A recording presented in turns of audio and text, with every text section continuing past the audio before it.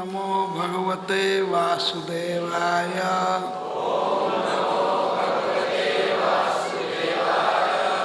ओम नमो भगवते वासुदेवाय।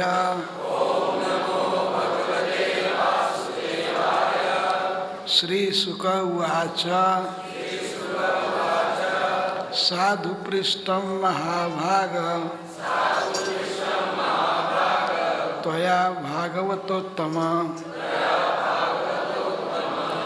जन्नूतनैशीशस्य श्रीमन्नपि कथामुहुः सतामयं सारभृतां निसर्गो जदर्थ वाणी श्रुतिचेतसामपि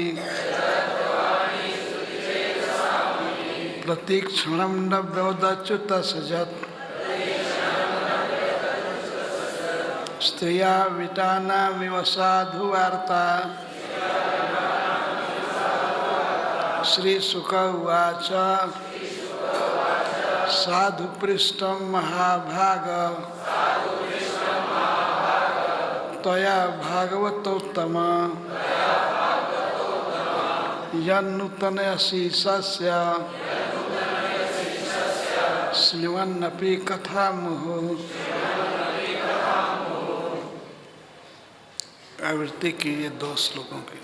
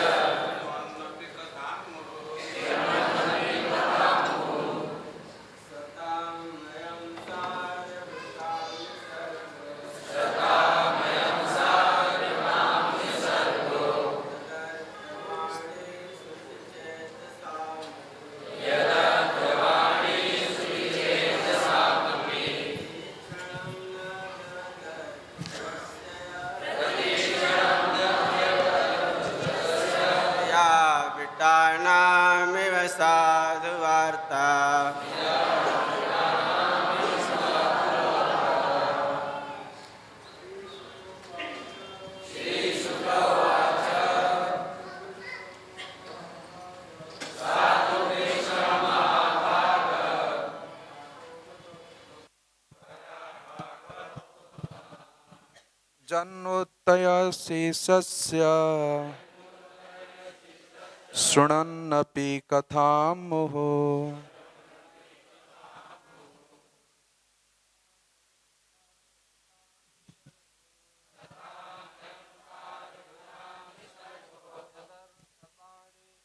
चेतसामपि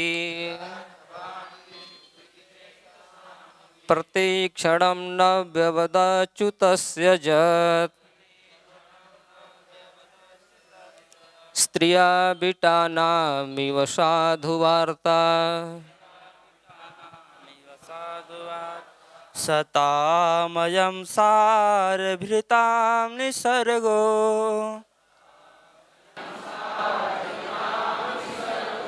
यदार्थवाणी श्रुतिचेतसामपि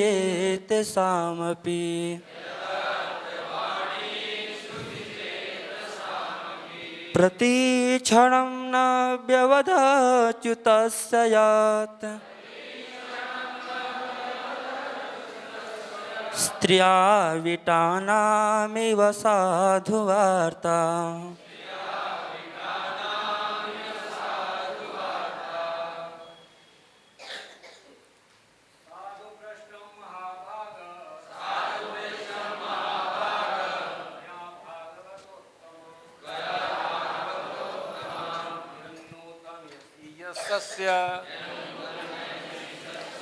शृण्वन्नपि कथामुहुः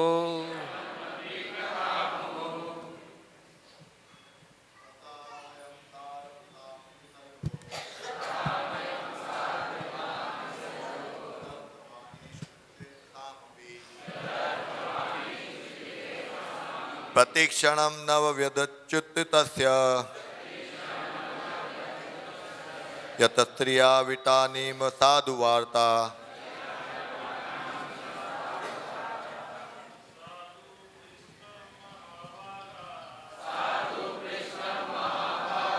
त्वया भागवत उत्तमा यन्नूतनयशीषस्य शृण्वन् अपि कथां मुहुः। माता जी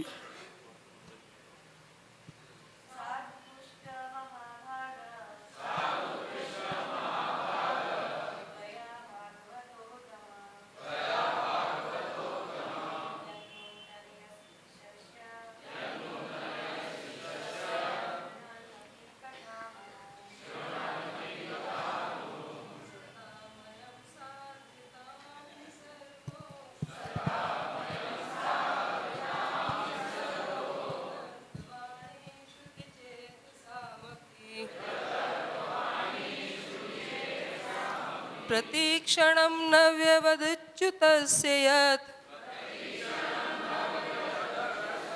स्त्रिया विटानामिव साधुवार्ता।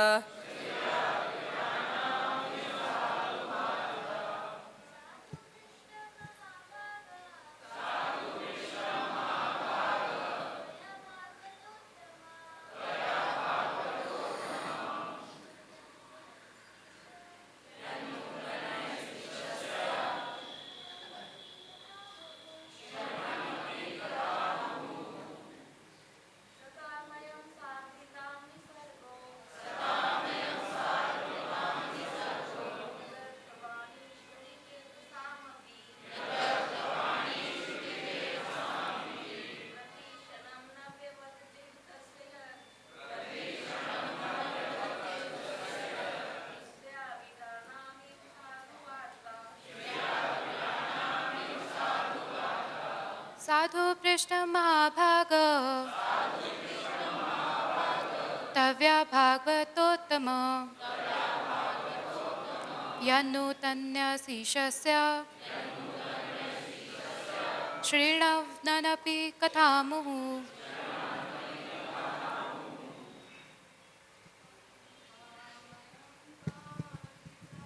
निसर्गो यदर्थवाणी श्रुति चेतसामपि प्रतीक्षणं न वेद्यच्युतस्य यत् स्त्रिया विटानामिव साधुवार्ता।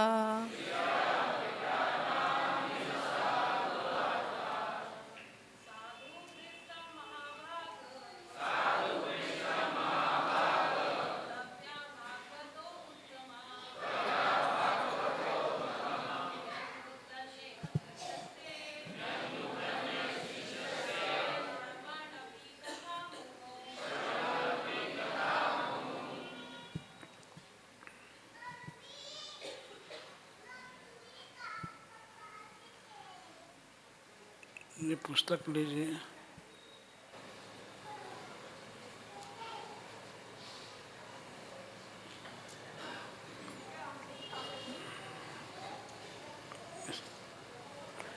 इसमें 2 श्लोक का परपट पढ़ना है।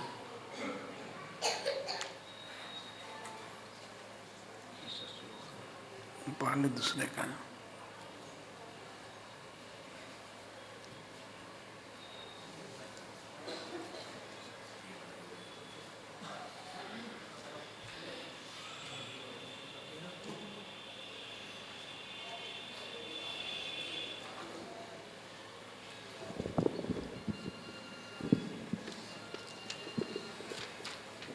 ट्रांसलेशन और शब्दार्थ भी पढ़िए।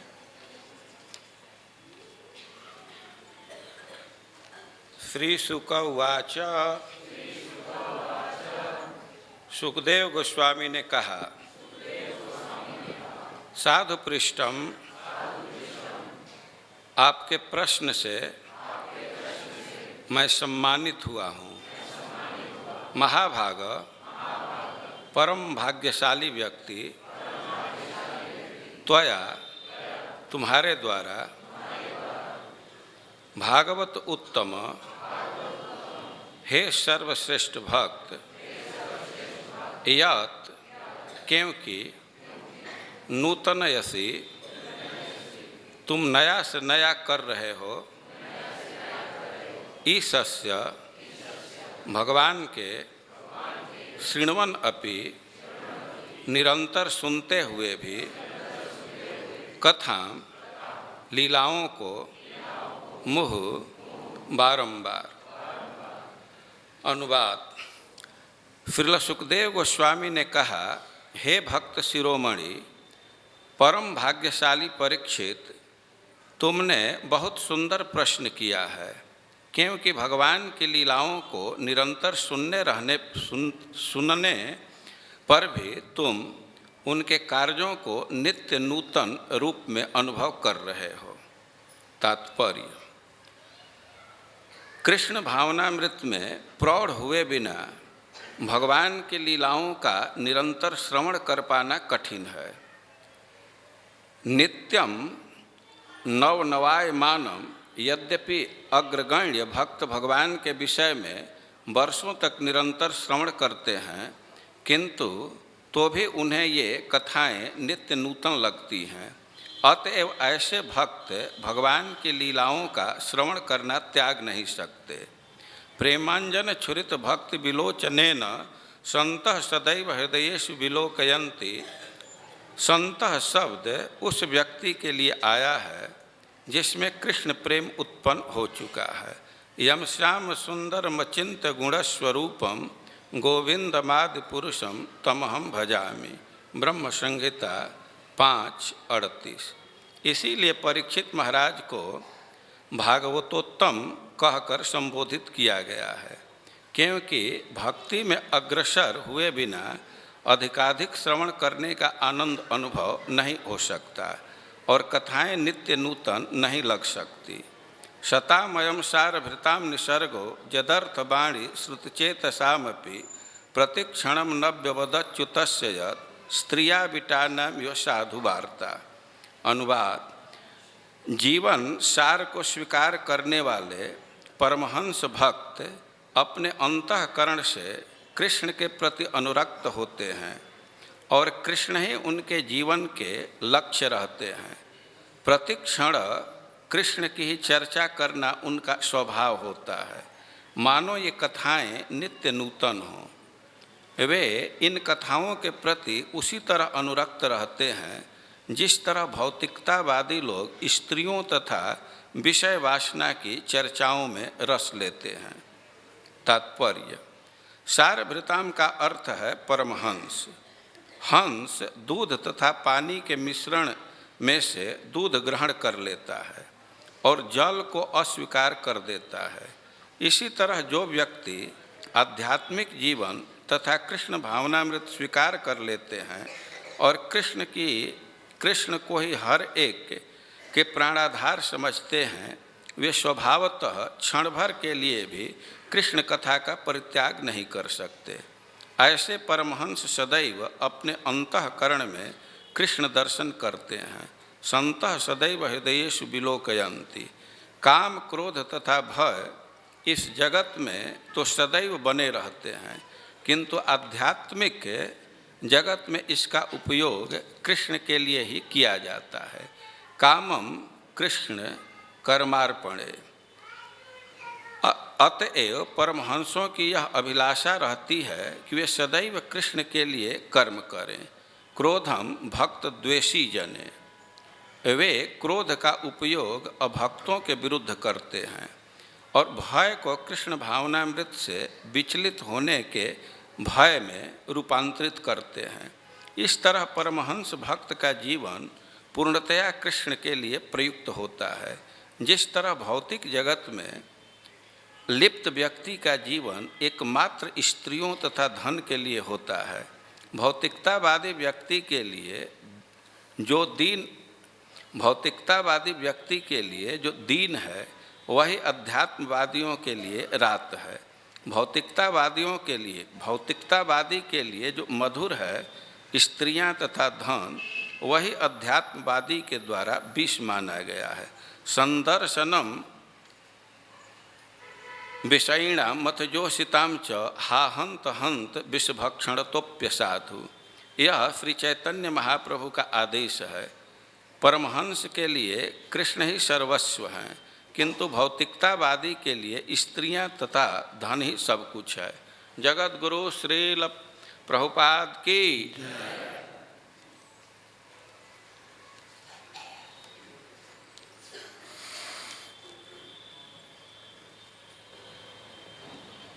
महाराज परीक्षित ने कृष्ण के विषय में प्रश्न किया है, उसकी सराहना कर रहे हैं सुखदेव गोस्वामी। महाराज ने पूछा कि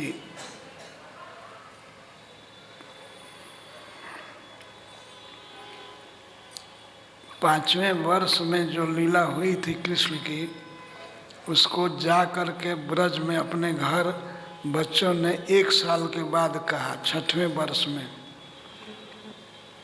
तो इसी पर प्रश्न करते हैं महाराज परीक्षित की वो बच्चे कहाँ थे, 1 साल के बाद वे क्यों जा कर के कहे, वो क्यों भूल गए।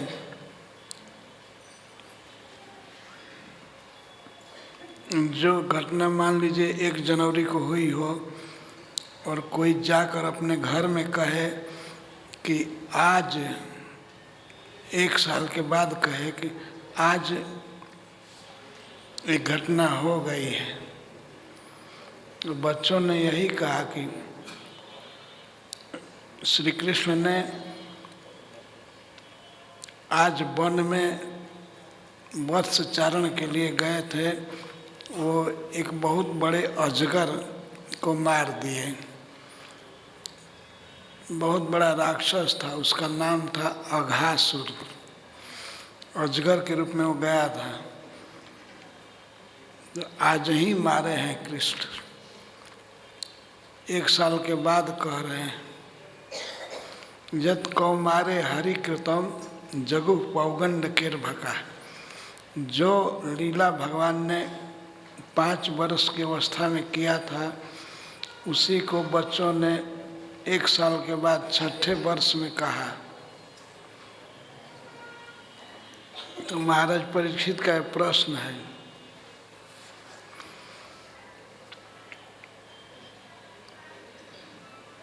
गोप बालकों ने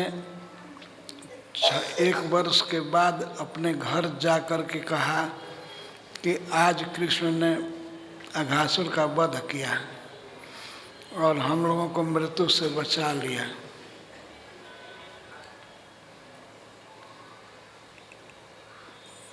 यही प्रश्न का कारण है। तो साल भर में बच्चे कहाँ थे, और घर पहुँचे साल भर के बाद तो कहते हैं कि आज कृष्ण ने अघासुर का वध किया और हम लोगों को मृत्यु के मुख से बचाया है, अजगर से बचाया है। इसी पर सुखदेव गोस्वामी यहाँ कह रहे हैं, साधु पृष्ठम। हे महाराज, आपने बहुत अच्छा पूछा है। उनको बहुत प्रसन्नता हुई प्रश्न सुनकर, इसलिए सबसे पहले साधु कह रहे हैं। साधु पृष्ठम महाभाग। हे महाभाग्यवान परीक्षित, आपने अच्छा पूछा है।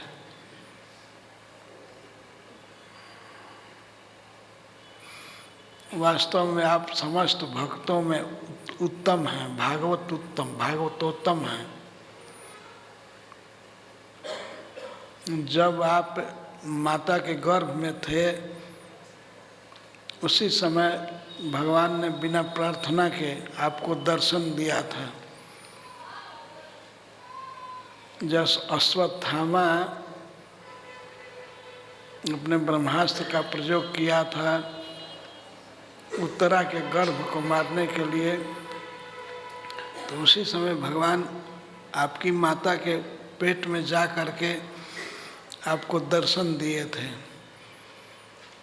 तो आपका मन लगा हुआ है भगवान कृष्ण के उसी रूप में, आपको कभी विस्मरण नहीं होता, इसलिए आप भागवतोत्तम हैं, समस्त भक्तों में सिरमौर हैं। वास्तव में वो भक्त क्यों नहीं शिरोमणि होगा जिसको जन्म के पहले ही गर्भ में ही भगवान का दर्शन हुआ।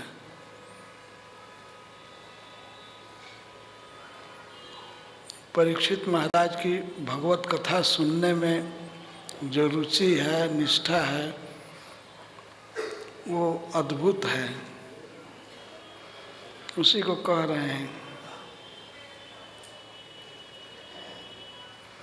यत् नूतन यसी,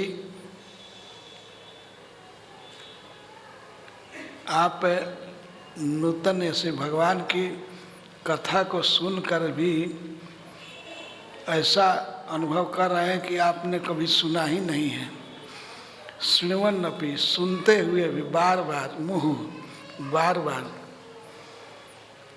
श्रृण्वन् अपि कथा, कृष्ण की कथा सुनकर भी, बार बार सुन करके भी आपको अनुभव हो रहा है कि अभी ये न्यू है, नई है, नहीं सुने हुई कथा के समान लगती है। आप भगवान की कथा को नया बना रहे हैं। नूतन यसी, नूतन करोसी, नूतन यसी, नवीन बना रहे हैं। आपको ऐसी सुनने की लालसा है, लगता है कि आप कभी कथा सुने ही नहीं हैं। आपको इस तरह से भगवत कथा में अतृप्ति हो रही है क्योंकि आप महाभाग्यवान हैं। जन्म के प्रारंभ से ही भगवान का दर्शन किए आप, और मैं यहाँ कथा सुना रहा हूँ, आप लगातार सुन रहे हैं, फिर भी आप उसको अश्रुत नहीं सुने हुए जैसा सुन रहे हैं। बहुत लालसा है आपको सुनने की। इस संसार में जो भौतिकवादी लोग हैं तो वे भी सुनते हैं, लेकिन सांसारिक जो चर्चाएं होती हैं वो तो मर जाती हैं। सवेरे का अखबार कभी कभी मनुष्य शाम को देखना नहीं चाहता है। मिड डे, दोपहर का न्यूज़ पेपर शाम को बासी हो जाता है, दूसरे दिन तो एकदम मर जाता है।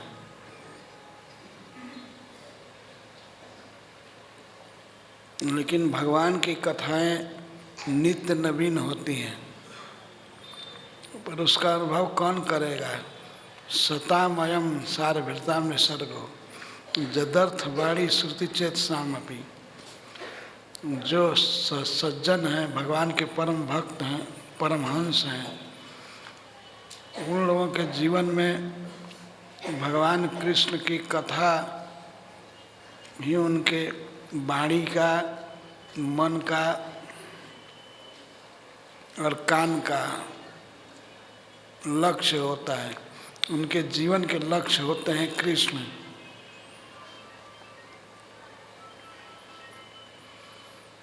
भगवान के भक्त परमहंस लोग नित्य कथा सुनते रहते हैं, पर प्रति क्षणम नव्यवत, प्रति क्षण उनको ऐसा लगता है कि ये कथा नई है।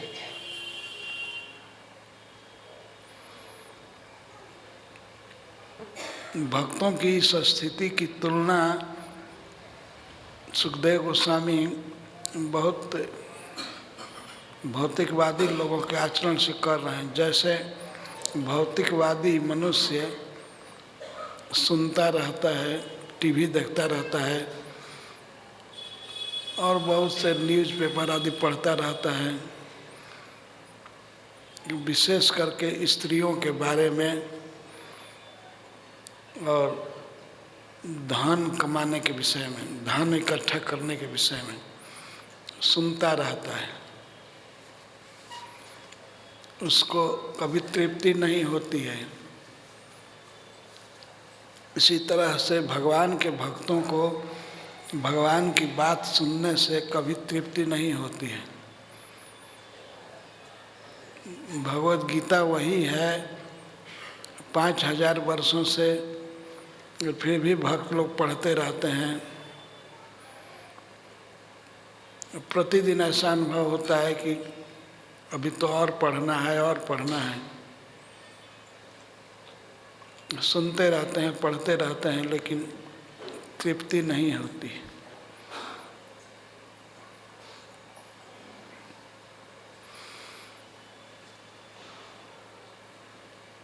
स्त्रिया विटानाम, विटानम का अर्थ है लंपट। जो स्त्रियों के लंपट हैं, वैसे लंपट पुरुषों का चित्त कभी भरता ही नहीं है। रात में दिन में कभी भी स्त्रियों की वार्ता करते रहते हैं। कामी व्यक्ति को जैसे स्त्री प्रिय होती है, धन प्रिय होता है, वैसे ही भक्तों को भगवान कृष्ण प्रिय होते हैं।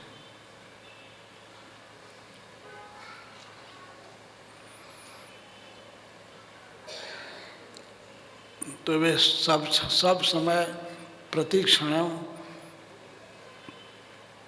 अच्युत की कथा को सुनते रहते हैं, कहते रहते हैं, पर उन्हें तृप्ति नहीं होती है। भगवान का एक नाम है अच्युत। अच्युत का अर्थ है जो कभी भी किसी भी अवस्था में परम रस से च्युत नहीं होते हैं।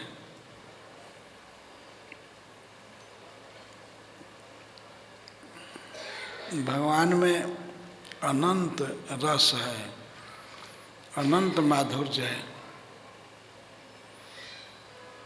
तो उसी तरह से भगवान की कथा में भी आनंद है, रस है।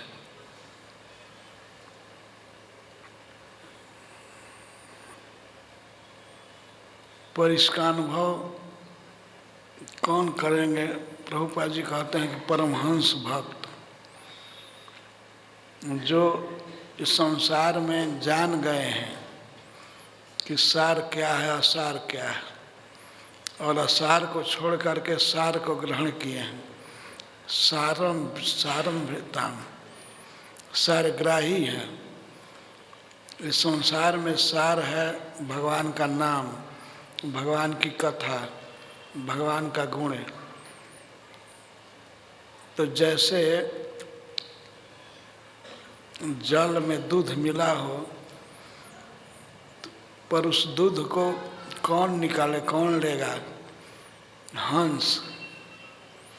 हंस एक पक्षी है जिसका एक गुण है कि पानी में मिले हुए दूध को दे दीजिए तो दूध को ग्रहण करेगा, पानी में मिले हुए दूध को, और पानी छोड़ देगा। ऐसे ही भगवान ने इस संसार की सृष्टि की है। यहाँ गुण भी है और अवगुण भी है। विधि प्रपंच गुण अवगुण शान है। इसी संसार में ब्राह्मण हैं और कसाई भी हैं। यहाँ मालवा प्रदेश है और राजस्थान की भूमि भी है, मरुभूमि। ये ब्रह्मा ने ही बनाया है। मरुभूमि है और मालवा प्रदेश बहुत उपजाऊ भूमि है। इसी संसार में गाय को माता कहने वाले लोग भरे पड़े हैं और इसके साथ ही गाय को खाने वाले भी पड़े हैं। गुण दोष है सब जगह, पर संत हंस के समान होते हैं। वो गुण को ग्रहण कर लेते हैं, अवगुण छोड़ देते हैं। इसी संसार में तंबाकू भी है और तुलसी भी है, पर भक्त लोग तुलसी जी को पसंद करते हैं और भौतिकतावादी दुष्ट लोग खैनी खाते रहते हैं। ये स्वभाव है, संतों का स्वभाव होता है कि वे भगवान के वार्ता को पसंद करते हैं। ऐसे पसंद करते हैं जैसे स्त्री लंपट पुरुष स्त्रियों की वार्ता को पसंद करते हैं। स्त्रिया विटाना में वो साधु वार्ता। साधु वार्ता का अर्थ है सुंदर वार्ता, अच्छी वार्ता। इस संसार में बहुत बातें हैं, बहुत से साहित्य हैं, बहुत ग्रंथ हैं, बहुत पुस्तकें हैं, लेकिन इन ग्रंथों में भक्त लोग चुन लेते हैं भगवत गीता को, रामायण को, पुराण, इतिहास, श्रीमद् भागवतम,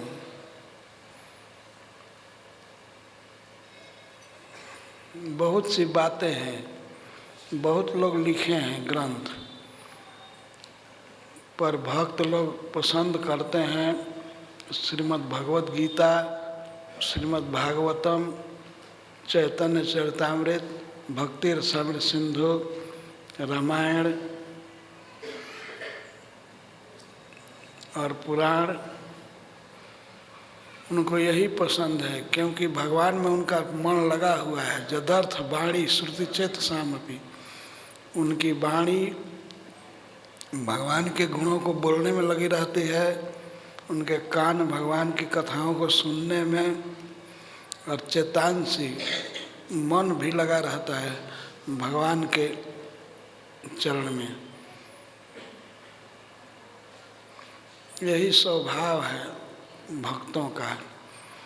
निसर्ग सतामयम सारभृताम निसर्ग, अयम निसर्ग, सज्जनों का यही स्वभाव है। इस संसार में रहते हैं लेकिन भगवान को पसंद करते हैं। उनकी वाणी, उनका श्रवण, श्रवणेन्द्रिय और चेतांसी मन भगवान में ही लगा रहता है। इसके सबसे बड़े उदाहरण हैं महाराज परीक्षित। निरंतर कथा सुन रहे हैं, पर सुनते हुए भी निरंतर श्रवण की लालसा बनी हुई है, उत्कंठा बनी हुई है।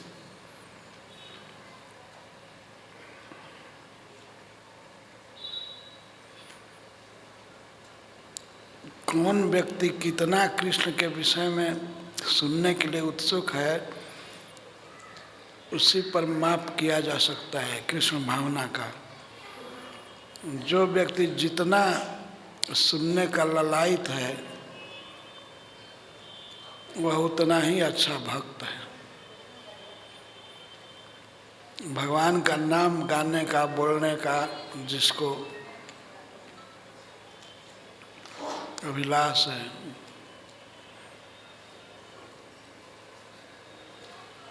श्लुमन्नपि कथाम, सुनते हुए भी कभी भक्त ऐसा नहीं सोचता कि अब तो बहुत सुन लिया, अब क्या सुनना है। सुनने की लालसा बढ़ती जाती है। रामायण में कहा गया है कि जिनके श्रवण समुद्र समाना, जिनके कान समुद्र के समान हैं, और कथा तुम्हारी सुभग सजनाना।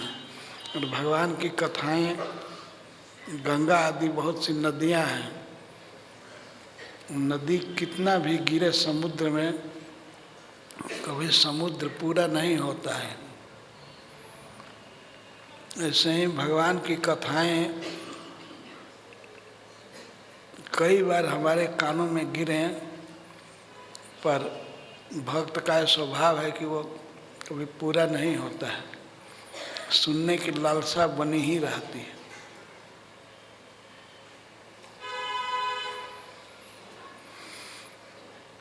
साधु पृष्ठम महाभाग त्वया भागवतोत्तम, हे महान भाग्यशाली महाराज परीक्षित, आप समस्त भागवतों में सर्वश्रेष्ठ हैं, क्योंकि आप भगवान की कथाओं को बार बार सुन करके भी उन्हें नित्य नया बना रहे हैं।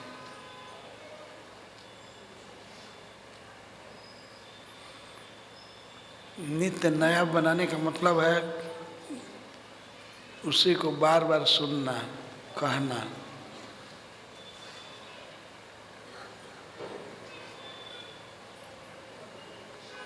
यही है सताम निसर्ग। तो सताम का विशेषण दे रहे हैं सुखदेव जी, सारभृताम, जिन्होंने सार को पकड़ लिया है, सारग्राही हैं। इस संसार में भगवान ने हमको स्वतंत्रता दिया है कि इस गुण दोषमय संसार में हम सार को ग्रहण करें। जो व्यक्ति असार वस्तुओं को ग्रहण करता है वो कौवा के समान है।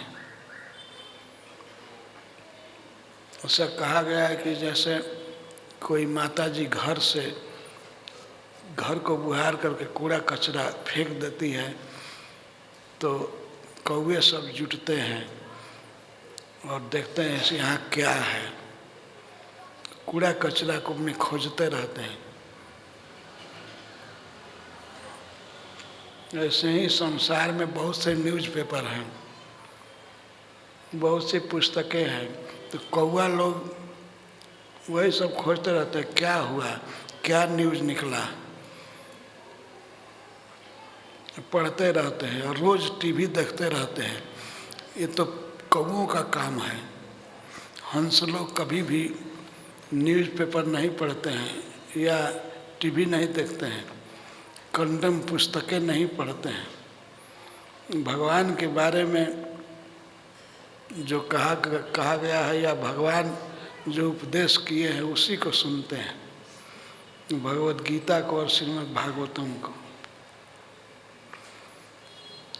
यही है सारग्राही का लक्षण।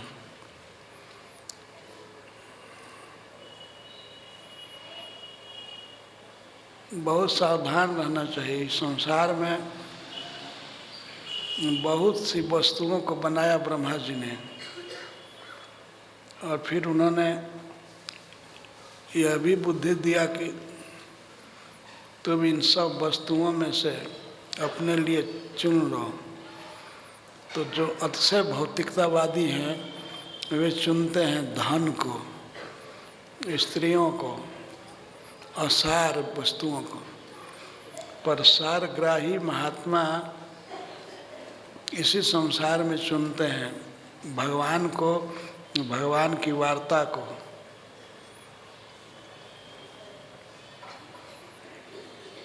सारभृताम शब्द बड़ा महत्वपूर्ण है। सार को ग्रहण करना चाहिए।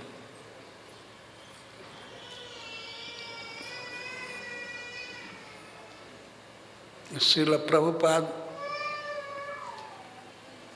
सारे जगत को दिए हैं Bhagavad Gita as it is.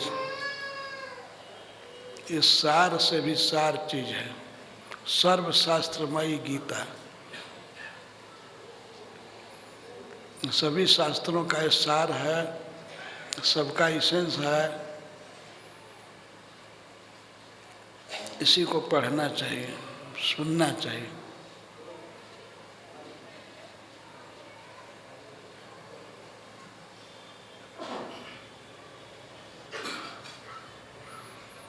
ये भक्त का लक्षण है, सुनना, बोलना, स्मरण करना। भक्त का लक्षण भगवान बताए हैं गीता में। कहीं भी भगवान ने ये नहीं कहा कि पूरा सिर मुड़ा लोगे तब भक्त बनोगे, या बहुत बड़ा बाल रखोगे, जटा रखोगे तब तुम भक्त होगे, नहीं। या गेरुआ कपड़ा पहन लोगे तो भक्त हो जाओगे, ऐसा नहीं कहा, कहीं भी नहीं। या सादा पहनोगे तब भक्त हो जाओगे। उन्होंने कहा कि अद्वेष्टा सर्वभूतानां, भक्त का लक्षण है जो सभी जीवों से द्रोह नहीं करता, किसी को सताता नहीं। मैत्रः करुण एव च, सबके प्रति मित्रता का भाव रखता है, सबको अपना मित्र बनाता है, करुणा रखता है, दया का भाव रखता है सभी के प्रति, सभी जीवों के प्रति। अद्वेष्टा सर्वभूतानां मैत्रः करुण एव च,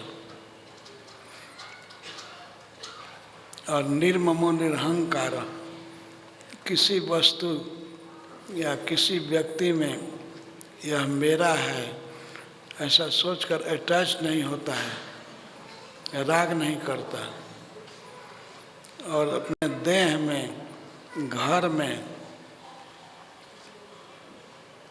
यह बुद्धि नहीं करता कि मैं हूँ, मैं यह देह हूँ और देह से संबंधित कोई भी पदार्थ मेरा है, इस माया में, इस मोह में नहीं रहता है, वो भक्त है। तो भक्त की परिभाषा बताते समय भगवान ने ये नहीं कहा कि इतना लंबा तिलक या मोटा तिलक या हाथ में तुमड़ी ले लो बस भक्त हो गए,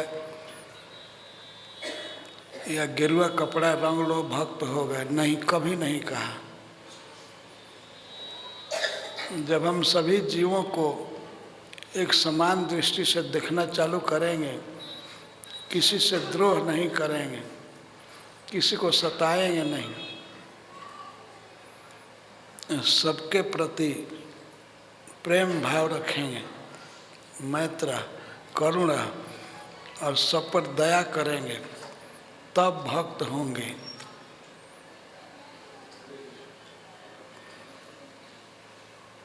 ये भक्त का लक्षण भगवान ने अपने मुख से बताया है गीता में। तो इन्हीं गुणों को ग्रहण करना चाहिए, अपनाना चाहिए। किसी को भूल कर भी सताना नहीं चाहिए, किसी भी जीव को। एक चींटी भी है, वो भी जीना चाहती है, कभी किसी की हत्या न करे। मनुष्यों में अनेक प्रकार के मनुष्य हैं, पर उनमें भेद बुद्धि न करे कि ये हमारे गुट का है, ये तो पराया है, कभी भाव न करे। सभी भगवान के हैं, सभी कृष्ण के अंश हैं, चाहे वो क्रिश्चियन हो, चाहे मुस्लिम हो, या हिंदुओं में भी किसी भी जाति का हो, कोई भी हो, सबसे प्रेम करना चाहिए। भगवान ने यही कहा है, सब पर दया करनी चाहिए। ये भक्त का लक्षण है।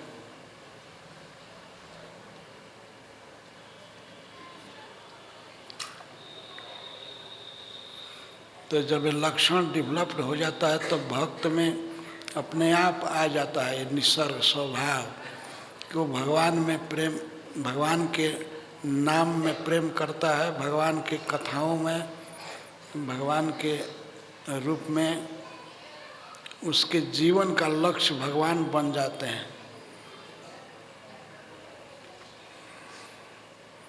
जैसे इस संसार में भौतिकवादी लोगों का लक्ष्य बना हुआ है कि किसी भी तरह से पैसा कमाओ, पैसा कमाना और स्त्रियों को प्रसन्न करना, स्त्री संग्रह करना, यही उद्देश्य होता है। ऐसे ही भक्तों का लक्ष्य होता है भगवान के प्राप्ति, भगवान के चरण कमल की प्राप्ति, भगवान की कथाओं को बार बार सुनना,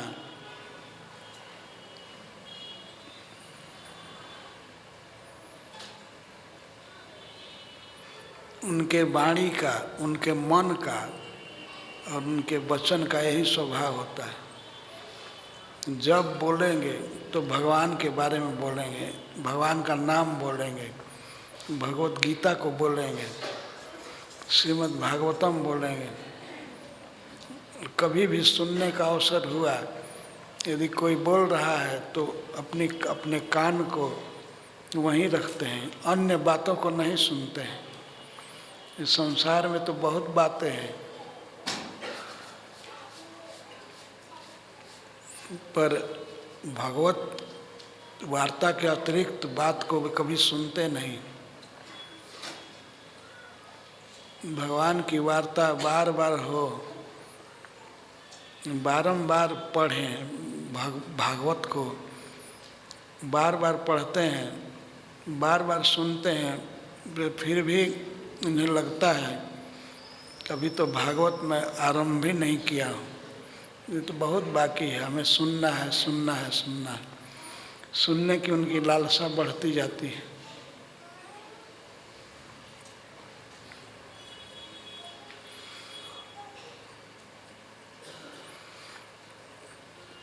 ये बात बड़ी महत्वपूर्ण है। सताम अयम सार भृताम विसर्गो जदर्थ वाणी श्रुति चेत सामपि प्रत्येक क्षणम नव्योदच्युतस जत स्त्रिया मिटाना मेव साधुवार्ता।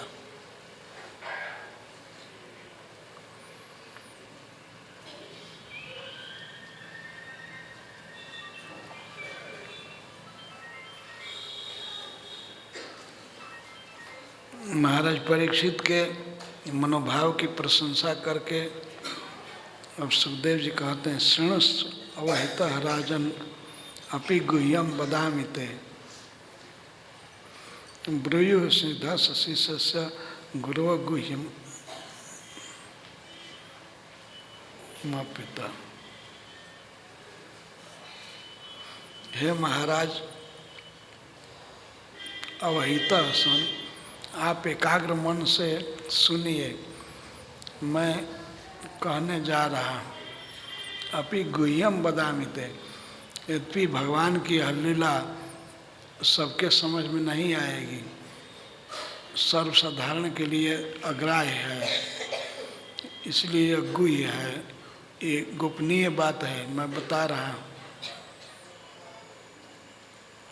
अपि गुह्यम वदामि ते, ये गुह्य है, गोपनीय है, फिर भी मैं आपसे कह रहा हूँ। भगवान की ये लीला जिसको सुखदेव जी कहने जा रहे हैं, वो गुह्य है, गोपनीय है। साधारण लोग इन लीलाओं पर विश्वास नहीं करेंगे, इसीलिए सुखदेव जी कहते हैं कि ये गुह्य है। भगवत गीता में भी भगवान ने अंत में कह दिया अर्जुन से, इदम ते ना तपस्काय ना भक्ताय कदाचन। हे मेरे प्रिय सखा, मैं तुमसे जो कुछ कहा इसको कभी मेरे अभक्त से मत कहना, जो मेरा भक्त नहीं है उससे मत सुनाना, जो तपस्या नहीं करता है, मेरे लिए कष्ट नहीं सहता है, उससे मत कहना, और जो इसको सुनना नहीं चाहता है उससे बिल्कुल मत कहना, कदाचन, कभी नहीं। बताए जिस भगवत गीता से इतना हित होना है, सबका कल्याण होना है, उसी के विषय में भगवान ने कह दिया कि इसको मत कहना है। तो क्या भगवान प्रीचिंग के विरुद्ध हैं? अपने परम हितप्रद शिक्षा को कह रहे हैं कि मत कहना, लेकिन आवश्यक है, क्योंकि जो मुझ में विश्वास नहीं रखता है उससे कहना ठीक नहीं है। सुन करके उसको विश्वास ही नहीं है तो क्या लाभ होगा। इसीलिए ये गोपनीय बात कही जाती है। पर ब्रूहि असिद्धस्य शिष्य से गुरवो गुह्यमापिता, पर गुरु लोग बड़े दयालु होते हैं, अत्यंत गोपनीय बात को भी कह देते हैं अपने प्रिय शिष्यों से। ब्रूयु स्निधस्य शिष्यस्य गुरवो गुह्यमपिता। सुखदेव जी कह रहे हैं कि गुरु लोग अतिशय गुप्त बात को भी बताते हैं प्रिय शिष्य को। कौन शिष्य को? जो श्रद्धावान है, स्निग्ध है, अनुगामी है।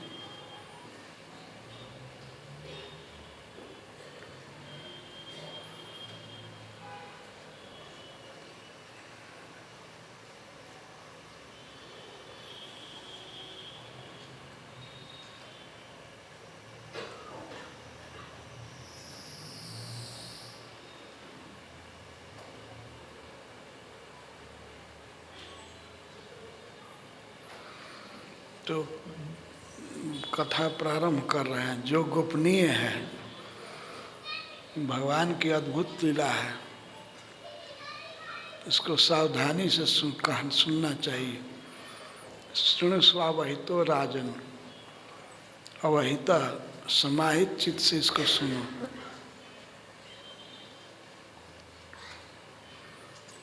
तथाग बदनाद मृत्यु रक्षित्वा वत्सपान हरि।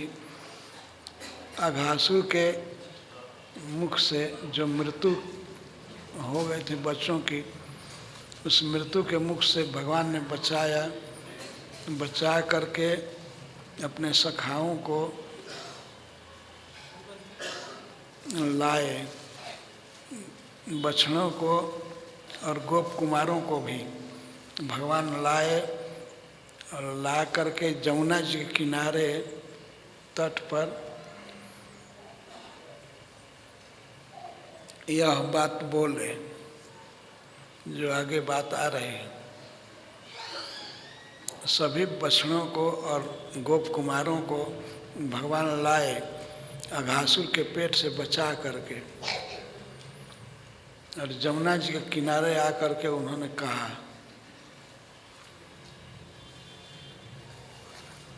अहोति रम्यम पुलिनम वयस्याः। हे मेरे मित्रों, यह जमुना का किनारा अहो अति रम्यम, यह बहुत सुंदर है। स्वकेल संपन्न मृदुलाक्ष बालुकम, ये जमुना का किनारा बहुत मृदुल, फाइन और स्वच्छ बालू से भरा है। मृदुलाक्ष बालुकम, बालू बहुत महीन है और बहुत स्वच्छ है। उसके ऊपर घास लगा हुआ है, बहुत सुंदर घास है, तीर्ण क्षेत्र है। इससे भूमि पर हम लोग खेल सकते हैं। हम लोगों के खेलने के लिए बहुत सुंदर भूमि है। भगवान ने सखाओं से कहा, हे वत्स्या, हे साथियों, ये जमुना का यह किनारा बहुत सुंदर है। इसमें बहुत फाइन बालुका है और स्वच्छ बालुका है। खेलने के लिए हम बहुत उत्तम स्थान है। खेला जाएगा वहीं न जहाँ कठोर भूमि ना हो। बालुकामय भूमि है तो गिर सकते हैं, कुश्ती करेंगे, क्रीड़ा करेंगे, यहाँ खेलेंगे।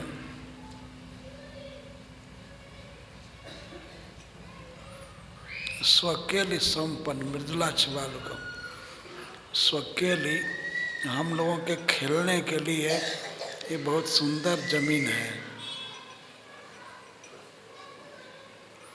स्फुटत सरोगंध, और जमुना जी में कमल खिले हुए हैं, कमल की गंध आ रही है। तो सुखदेव जी ऐसा कहते हैं कि भगवान ने कहा कि इस सरोवर कमलों से गह गह भरा हुआ है और फुटत कमल खिल गए हैं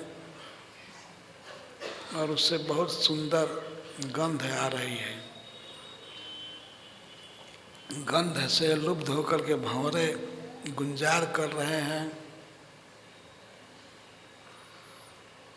और वन में बहुत से सुंदर वृक्ष हैं जमुना के किनारे।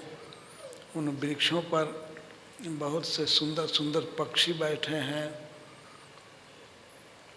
बहुत कलरव कर रहे हैं, बहुत सुंदर मधुर भाषण कर रहे हैं। और पक्षियों की बोली जमुना के पानी से टकरा करके ध्वनि प्रतिध्वनि लसद्रुमाकुलम, पक्षियों का कलरव जल पर टकरा करके फिर पेड़ों पर जाता है तो ध्वनि प्रतिध्वनित होती है। ऐसे पुष्पित वृक्षों से, पल्लवित वृक्षों से भरा हुआ है जमुना का किनारा। बहुत सुंदर पक्षियों की बोली आ रही है। श्रील प्रभुपाद जी कहते हैं कि ये 5,000 वर्ष पहले वृंदावन का वर्णन था, वही 400-500 वर्ष पहले उसी शोभा को धारण किया था जब रूप गोस्वामी पाद, सनातन गोस्वामी पाद और भी 6 गोस्वामी रहते थे वृंदावन में।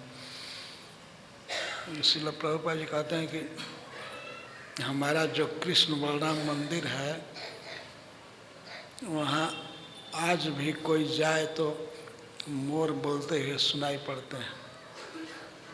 कुजत हंस, सारस, सारस पक्षी, कोयल और मयूर आदि कूजते रहते हैं।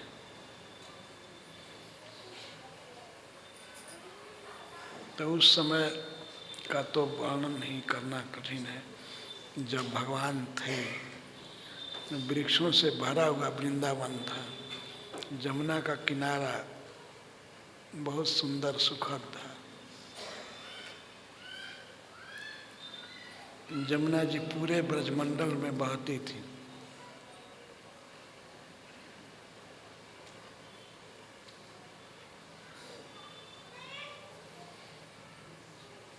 जमुना जी स्वेच्छा से ब्रज को सींचती थी। पहले जमुना जी नंदगांव को से सट करके बहती थी और बरसाने भी आती थी। बरसाने के तलहटी को वो सींचती थी। इसके बाद खैरा होते हुए मथुरा आ जाती थी। इस समय जमुना जी की धारा बदल गई है, पर फिर भी जमुना जी हैं ब्रज में। भगवान को सुख देने वाली जमुना जी और गिरिराज जी हैं। गिरिराज जी से भी सट करके जमुना जी बहती थी। भगवान सबसे ज़्यादा समय जब बिताए हैं ब्रज में तो गिरिराज जी की तलहटी में।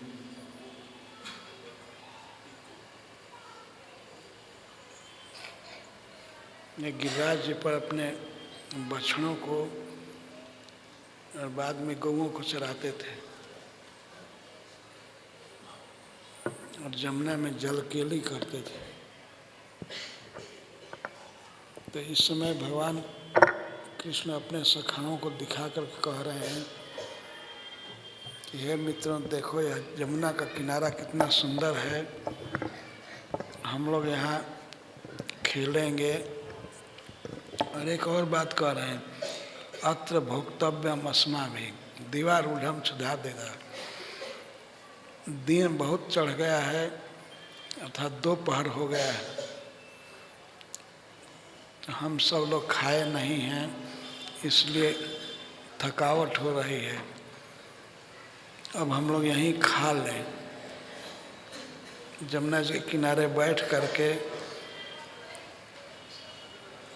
खा लें और हरी हरी घास भरी हुई है, इस क्षेत्र में बछड़ों को रोक दें। हरी हरी दूब सब जगह फैली हुई है, तो इस दूब के मैदान में बछड़ों को रोक दें, यहीं घेर करके ऐसा कर दें कि वो खड़े रहें, चरते रहें। पहले पानी पिलाओ बछड़ों को, अपपित्वा पानी पी करके बछड़े चरेंगे धीरे धीरे, और हम लोग खा लें। सभी बच्चे अपने अपने घर से लाए थे भोजन, छीके में बांध करके, गमछा में बांध करके, पोटली में सजा करके दही भात और अनेक प्रकार के बटक पकौड़े आदि लाए थे।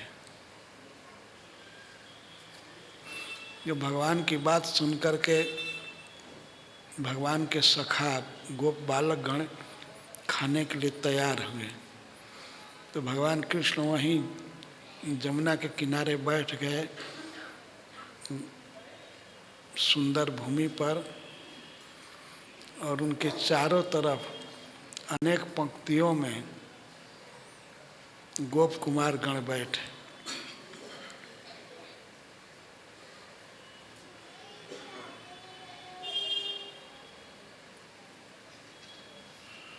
कृष्ण से विश्वक पुरराज मंडल अभ्यानना फूल दृश्यो बाजार में कहा।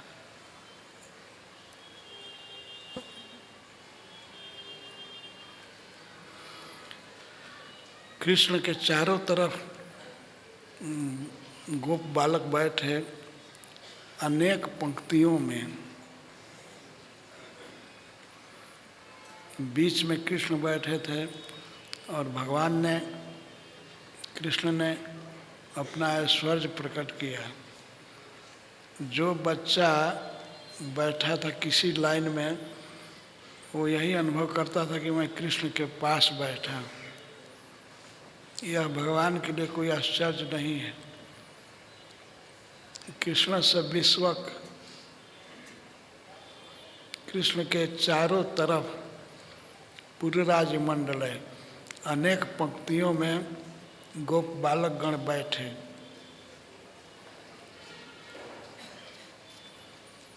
पर भिन्न पंक्ति में होते हुए भी, थोड़े दूर पर भी होते हुए भी, वे यही देख रहे थे कि कृष्ण का मैं मुख देख रहा हूँ, कृष्ण मेरे निकट बैठे हैं। तो सबसे पहले जो अपने अपने घर से लाए थे सभी सामान को, पोटली को खोल रहे, और स्व भोज रुचिम, अपने घर से जो जो आइटम लाए थे, अनेक प्रकार के आइटम और अनेक प्रकार के स्वादिष्ट, अनेक प्रकार की मिठाइयाँ, रोटी, चावल, दही आदि मुख्य रूप से वो दिखा रहे थे कृष्ण को कि हे मित्र, ये हमारे घर से बहुत सुंदर बना हुआ है, बहुत स्वादिष्ट है, मैं खा करके देखा हूँ, तुम भी खाओ। तो श्री भगवान उठा लेते थे, ले करके खाते थे, और कभी कभी प्रशंसा करते थे। खा लेने के बाद, खाते समय प्रशंसा करते थे, और खाने के बाद अंत में कभी निंदा भी करते थे, हंसी करने के लिए। मैं तो ये सोचता था कि आज भर पेट खाऊंगा, लेकिन तुमने मुझको एकादशी रख दिया, तुम्हारा जो पदार्थ है वो तो देखने लायक भी नहीं था, किसी तरह से मैं खा लिया।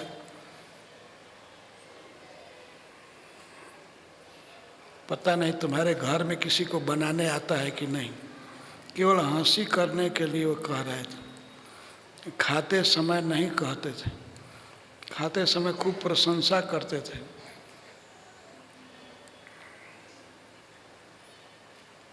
तुम्हारे घर का जो भी प्रसाद है, भोजन है, वो मुझे अमृत से भी बढ़ कर के लगा।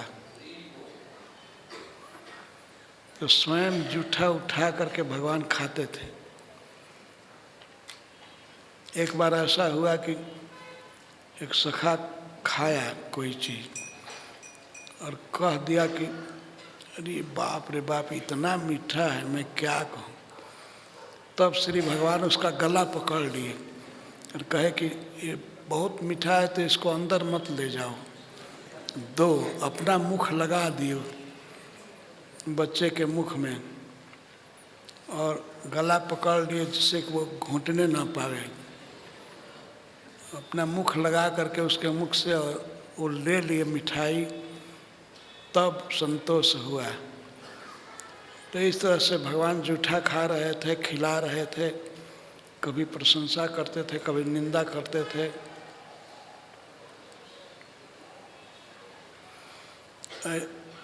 और बीच बीच में उठ करके नाचने लगते थे बच्चे। बच्चों के साथ भगवान भी नाचने लगते थे, बहुत ठठा करके हंसते थे, हंसी की बात कह करके। और इस दृश्य को देवता लोग आकाश में से देख रहे थे, विमानों पर चढ़ करके। जो भगवान यज्ञ की केवल आहुति पाते हैं, यज्ञ में अर्पित किए गए पदार्थ को खाते हैं, वो भगवान गोप बालकों के बीच जूठा खा रहे हैं, नाच रहे हैं और बहुत प्रसन्न हैं। देवता लोग सब देख करके ऐसा सोचने लगे कि ऐसा आनंद तो हमारे यज्ञों में भोजन करके भगवान को नहीं मिलता है, जो आनंद गोप कुमारों के साथ ले रहे हैं।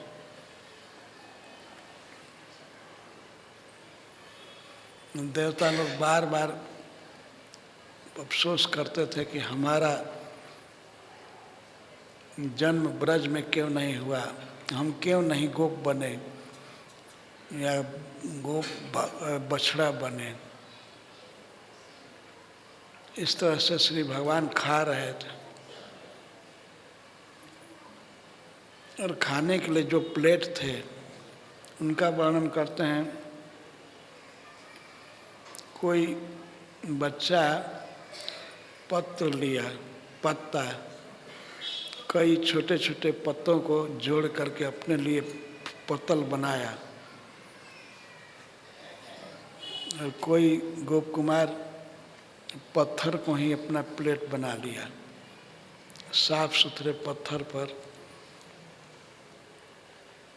रोटी रख लिया।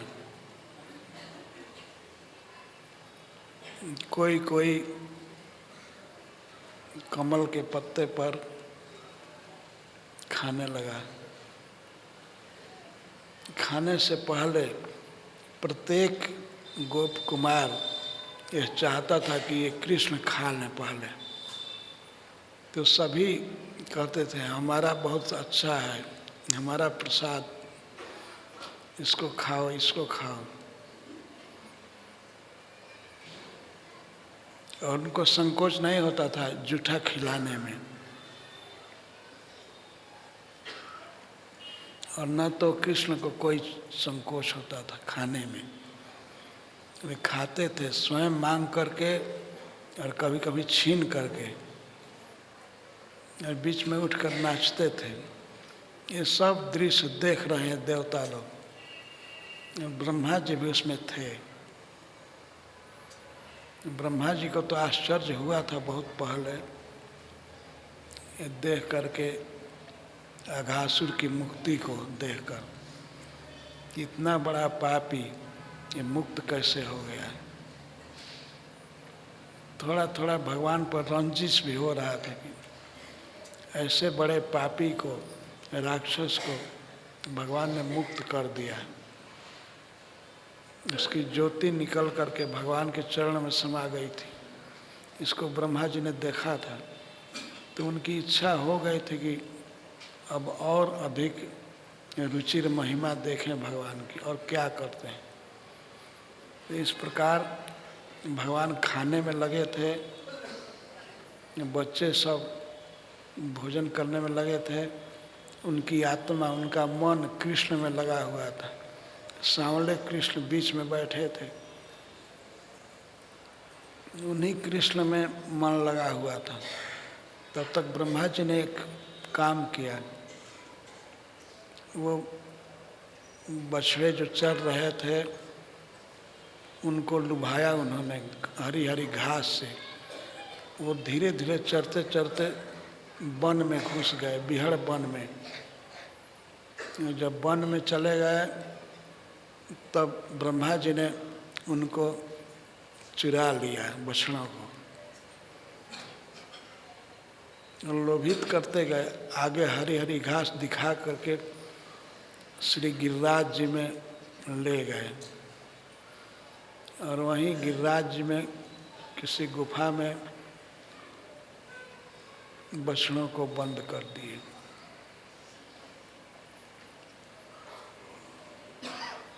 एकाएक बच्चों का ध्यान गया बछड़ों की तरफ, तो बछड़े जो अभी अभी खड़े थे घास के मैदान में, वो देखे नहीं तो लगे खड़ा होने। गोप कुमार सब खड़ा होने लगे, हाय हमारे बछड़े कहाँ गए।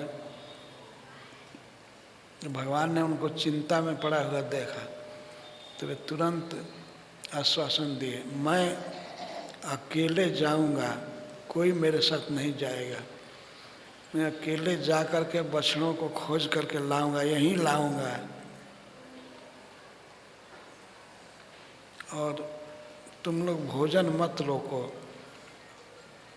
मुझे बहुत बड़ा दुख होगा यदि तुम भोजन नहीं करोगे। तुम लोग भोजन करो, भोजन का त्याग मत करो। बछड़ा लाने की जिम्मेवारी मुझ पर है, मैं लाऊंगा।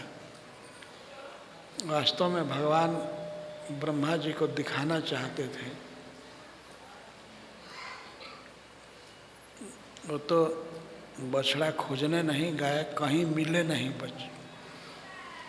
वो घूम रहे थे दो पर्वत शिखरों के बीच में,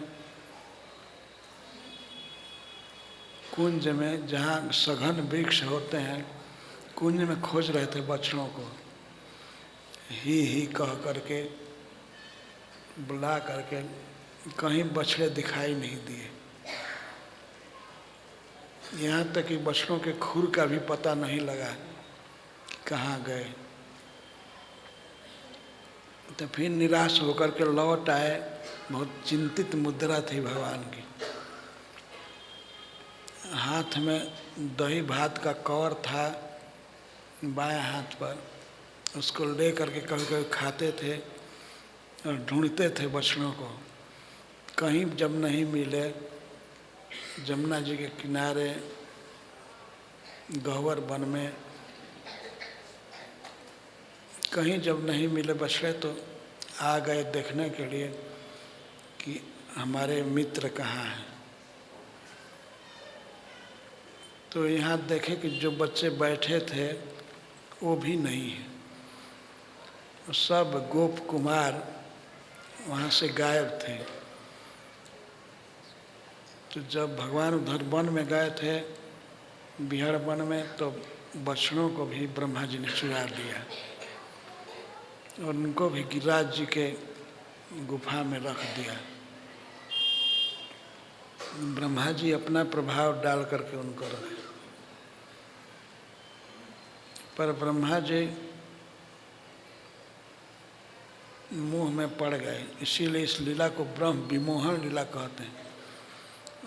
वे चाहते थे भगवान की बहुत महिमा को देखना, तो भगवान को जब बछड़े और गोप कुमार नहीं मिले, तो बार बार खोजे थे, बार बार वन में जाते थे। इस वक्त शायद यहाँ होंगे, फिर आकर के बच्चों को देखे हुए भी नहीं हैं। तो कभी जमुना जी के तट पर, कभी वन में खोजते हैं, कहीं नहीं मिले। दोनों को खोज रहे थे और लगता था कि भगवान रो देंगे बहुत चिंतित थे। उनको बहुत चिंता थी कि गौएं अनाथ हो जाएंगी और हमारे घर के लोग भी पीटेंगे हमको कि तुम लोग कैसे वन में गाय बछड़ा की रक्षा नहीं कर पाए, और माताएं भी उदास होंगी यदि गोप सखा नहीं जाएंगे। तब उन्होंने प्रयत्न करके अपनी जोग माया से जितने बछड़े थे वो सब बन गए, और जितने गोप थे भगवान ही बन गए। अपने शक्ति का विस्तार किया भगवान ने। जितनी बछड़ों की उम्र थी, जितने छोटे थे, वैसे छोटे छोटे पैर हाथ सब बना लिए, और जैसे छोटे छोटे बच्चे थे गोप कुमार वैसे छोटे छोटे बन गए। जैसा उनका स्वर था गला बोलने का वह बना लिए, जैसी वे माला पहने थे माला भी बन गए, उनके जूता भी बन गए भगवान। वो जो अलंकार धारण किए थे अलंकार बन गए, जैसा वस्त्र पहने थे वो वस्त्र भी कृष्ण बन गए।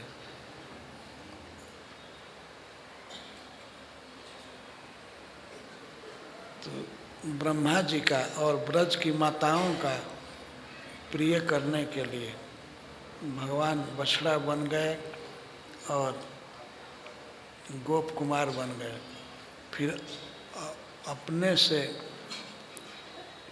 अपने स्वरूपभूत बछड़ों को हाँकते हुए शाम को लौटे नंदगांव, गोकुल में लौटे। बहुत विस्तार से वर्णन है।